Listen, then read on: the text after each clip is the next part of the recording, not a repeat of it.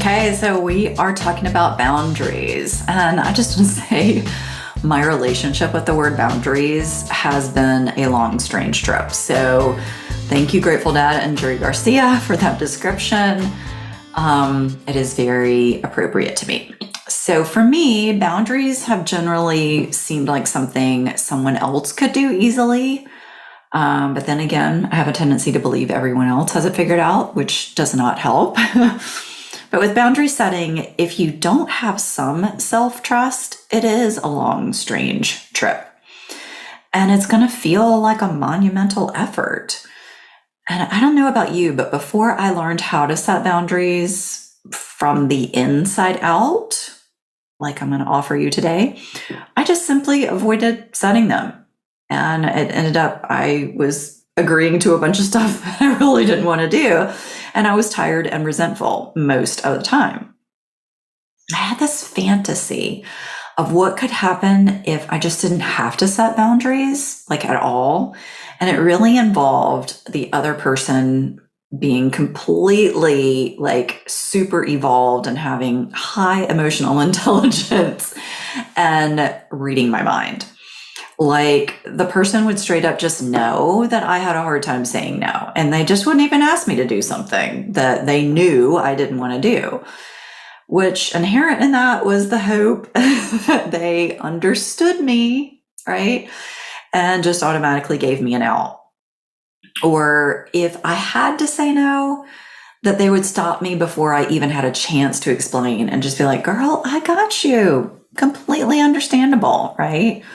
Or they would accept my no without any pushback or making me feel guilty. So it was truly a fantasy. I do have about, I'd say, a handful of friends that do understand me and kind of get that my boundary setting makes me kind of shake in my shoes. So they do offer me a lot of benefit of the doubt. And I have to say, it's fantastic having those people in my circle, but the world is bigger than those 5 people. And I suppose I need to figure out how to set boundaries without just relying on those 5 people being the only people in the population that I interact with. So, but the gift that these folks give me is a sense of ease inside, right? Inside my mind and my heart and my gut. And that's what I'm going to give you today, is I want you to have this way of creating ease for yourself. And that is how to set boundaries from the inside out. So here is the key to boundary setting that I just want to kind of start off with. Working with your thoughts and feelings about boundary setting is the key. Okay? Let me just go into this. There's a major myth about boundary setting, and that is, especially for people pleasers, that is when you set a boundary that you're going to have to deal with conflict. Someone is going to get mad at you. So plan on feeling horrible when you have to say no. And I want to debunk that myth, right? And I want to focus in on this key of boundary setting. So to debunk the myth, there are so many factors that go into whether a boundary will land well for the other person. And you just can't control the other person's reaction to your boundary. And sometimes you can't control the situation that you need to say no to, or the situation that you're put in when you need to say no. Like you can't be in 2 places at one time. So you're just going to have to say no to that. And sometimes when someone asks you, oh my God, can you help me? Like they're coming from a distressed place. And if you really can't be in 2 places at once, you're going to have to turn that person down. And you can't control that. You can't control that they are already showing up in a rattled place, and you can't control that you're not 2 people. So I just want to remind you that you do have influence over some aspects of boundaries, and that is how you approach boundary setting. Your words, your tone, your intention, your energy, all that stuff has to do with thoughts and feelings around boundary setting. And so as I started into the topic of boundaries, I realized that there's going to need to be a series of episodes on boundaries. So for this one, I just want all of the details around boundary settings to get a little hazy in your mind. We are going to get to thoughts about boundaries, stories you have around them, feelings you have with boundaries. We're going to get to those. But let's work on the key, right? The key to boundary setting, honing it in, getting really microscopic for a second, is you. The key is you. So let's work on you. Because one of the major impediments that you face when you're working on boundary setting is your internal experience around boundary setting.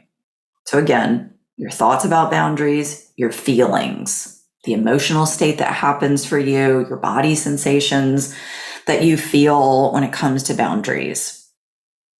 So focusing in on you and your internal experience is what we're going to do today. Because I am willing to bank on feelings being the thing that keeps you stuck in boundary setting. And honestly, feelings, the way we get caught in being afraid of something, shuts down anything we want to approach or change or try to do differently, not just boundary setting. So that's what we're going to work on today. Because we already know our feelings are powerful buggers, right?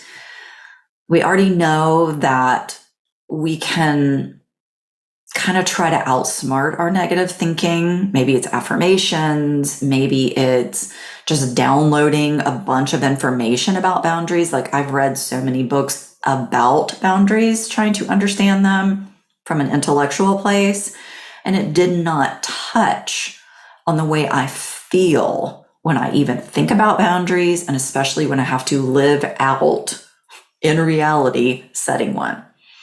So even though we know or we believe that knowledge is power, I want you to have a little different knowledge skill set. And that is, I want you to start to get to know, bring some awareness, some intellectual understanding to what you feel inside, because that is what your actual power position is, if you will. That's where you're actually going to feel empowered. I'll get into this. For a moment, let's just validate that boundaries are not easy to set.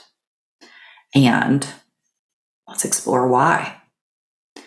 Because the way we feel when we're saying no to someone is uncomfortable. And anything that creates discomfort and unpleasant feelings, we avoid. Straight up human nature, right? Like it's just how we do things. So for now, let's give you a takeaway, like a little way to crack the code on being afraid of something and then avoiding it as it relates to boundary setting. This is a little exercise I call the sorting hat. Harry Potter reference, but hey, it works. You are going to start to collect data on what you feel is unpleasant, pleasant, or neutral. Those are your three sorting hats, all right? If you don't like the sorting hat analogy, think about it as sorting the laundry. 3 baskets. So you're going to collect some data on what you feel is pleasant, unpleasant, or neutral. 3 categories here. Because we need to help you get to know what you consider uncomfortable. There's lots of different areas of boundaries. You might consider these 2 or 3 areas uncomfortable, and somebody else has a different take on it. So once we get to know what you consider uncomfortable or what you put in the unpleasant basket. We'll say pleasant, unpleasant, and neutral. Okay. So what you consider unpleasant and uncomfortable, then what do we do when we feel that discomfort, right? That's a major piece of how we approach anything we want to change or do a little differently, right? Is there's a little itchy scratchiness that we feel, a little discomfort that we feel around trying something new or going out of our comfort zone. Discomfort, out of our comfort zone go together, right? So for this exercise, I want us to forget about boundaries. We're going to start with something that has zero to do with boundaries. I want you to not get all wrapped up in your natural stories about boundaries when we do this exercise, because discomfort is discomfort. It can be about anything, really. We're going to take it and apply it to boundaries later. But right now, we are just going to start by demystifying discomfort. Okay? If we don't, then discomfort becomes this monster and it leads us into avoidance.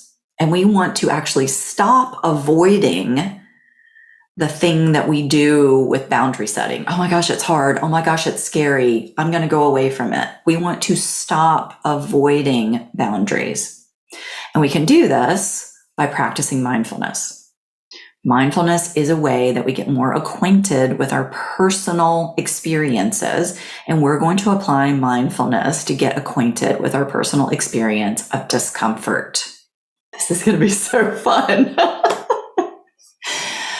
We don't want to throw ourselves into drinking or eating or scrolling or more busyness to avoid discomfort. We really want to ease ourselves into experimenting and experiencing discomfort.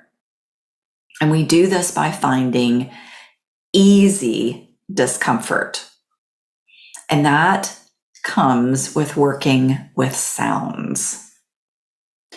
One experiment with easy discomfort is working with what naturally occurs around us without us having to do anything to change it, influence it, whatever. And that is sound. Like right now, if I stop, one of the most obvious sounds I hear is a clock ticking. All right. I don't mind that sound. I wouldn't characterize that as noise for me. So it goes into an easy experience category, right? It's not my favorite sound. It kind of makes me feel a little rushed, but not so much, right? So it's not too ruffling for me, and it's not throwing me into a bunch of stories. Now, let's say you might hear a dog bark in the distance. That's what sound comes up for you when you tune in and just kind of shut everything out for even 10, 20, 30 seconds. Now, for me, if I heard a dog barking in the distance, it wouldn't be too annoying to me, right? I have dogs, I'm used to it. But let's say it just barks once or twice, right? It isn't continually barking. Now, if it continually barks, it might start some stuff in me, right? So we're just categorizing, right? Pleasant, unpleasant, neutral, right? Dog barks 1 or 2 times, neutral. Clock ticking, if I just hear it for 30 seconds, neutral. You can literally do this mindfulness practice anywhere at any time. You just sort the sound into categories of pleasant, unpleasant, or neutral. That is it, right? Let's say you're sitting in a restaurant that serves tacos and you hear someone eating chips. Okay, is that irritating you, right? Or do you kind of like the snap of the chip, right? Maybe it's like, this, when I hear people eating chips, I feel like margaritas and being out in the summertime, right? So maybe it's pleasant for you. We're just beginning to learn your personal window of tolerance that helps you explore the feelings both emotional and physical sensations that come from your experience. So start with normal, everyday, natural stuff, like sounds that are just always around you and that you might not notice until the dog is barking for 2 minutes. And you're like, I notice a dog barking. I'm starting to feel tension inside. The thing with sound is there are certain frequencies that actually irritate the human ear, like leaf blowers, okay? But mostly sounds are just the ear hearing stuff. That is what ears are supposed to do. That is what we want them to do. But the thoughts that we put around a sound, I hate dogs barking, or the way a sound ripples through our body and creates a sensation of tension, like with a leaf blower, those are what actually make the experience unpleasant or uncomfortable, right? It's not so much the thing itself. So see what I'm doing here? It's not the boundary that's making all of it hard and scary to set a boundary. Boundaries are words that we say to another person, and they might not even include the word no in them. They might just include, I can't do that today, or I'm unable to help right now, but I can help later on in the week. Right? It might be that you're just having a conversation with someone. Boundaries are words. I realize that it is a lot more complicated than that. Those are the other episodes we're going to get into. But for now, with sounds, it's just the ear hearing. It's just the ear doing its job. Is it easy or not easy to hear this sound? How you sort it, if it's unpleasant, okay, right? Sorry about that, but it's data, right? When something is unpleasant, there's a thought and a feeling associated with it, and we have a tendency to avoid it. We're working on not avoiding things that are uncomfortable. We're working on noticing the particulars about what makes boundary setting uncomfortable. And then what needs our attention when we do feel something that's uncomfortable. And I'm going to teach you how to attend to feelings and sensations and thoughts later. But for now, we're going to use this thing that kind of can be neutral, which is sound, or at least can be something we get curious about without going into our story, and that is sound. And I want to help you unblend from the swirl of the stories and from the feelings that it elicits in you, and just really hone in on your curiosity, okay? Just getting curious about sounds that are, let's say, unpleasant. And we just ask, okay, now that I know this is unpleasant, and now that I feel a little discomfort, I'm going to get curious about what's needed when I feel this discomfort. So we're just trying to stay out of the activity. We're trying to move into mindfulness. We're trying to really get in the juice of being curious and collecting data, right? Because here's why this whole thing is important. When we believe that we have the ability to deal with uncomfortable feelings, and then we know how to help ourselves when we feel hard stuff, then we can feel things like calm inside and more clarity about how we actually do want to approach someone when we need to say no. And then we feel more centered, more confident enough to actually approach someone and set a boundary. So calm, clear, and confident when we maneuver through difficult experiences. All right. We don't want to get caught up in, oh, I hate boundaries, or I'm not good at them, they scare me. I really want to call bullshit on that, right? This exercise is going to help you look at how you feel inside, especially when it's uncomfortable. And it's going to make you think about boundaries in a different way. They're not just going to be that one and done. Boundaries are hard. They scare me. I don't want to do it. Okay.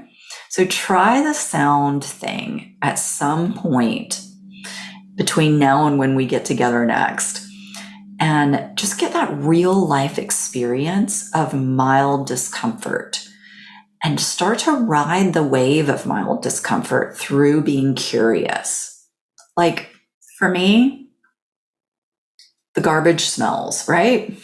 After a week of putting stuff in the trash can, it does not smell pleasant to me, right? But I can still cinch it up and I can take it outside and put it in the big trash can. It's not something that I can't ride the wave of. It's not something that I can't get through. So that's what I'm asking you to use when we work with sound. Play around with this, all right? Good luck. I believe in you. Small steps to get you started to feeling more calm, clear, centered, and confident about saying what you need to and meaning it when you say it. All right. That's it. Mindfulness for boundary setting. And let's start to take our thoughts and feelings around boundaries as being hard and scary. Let's start to take those down a notch and really see from the inside out, if I can be with something that feels a little uncomfortable to me, I'm going to start building my tolerance for what is more uncomfortable. And I'm going to be able to work through the feelings that I have that used to shut me down when it comes to boundary setting. All right. I am excited to see what you guys do with this. So let's get out there and practice with sound. Good luck.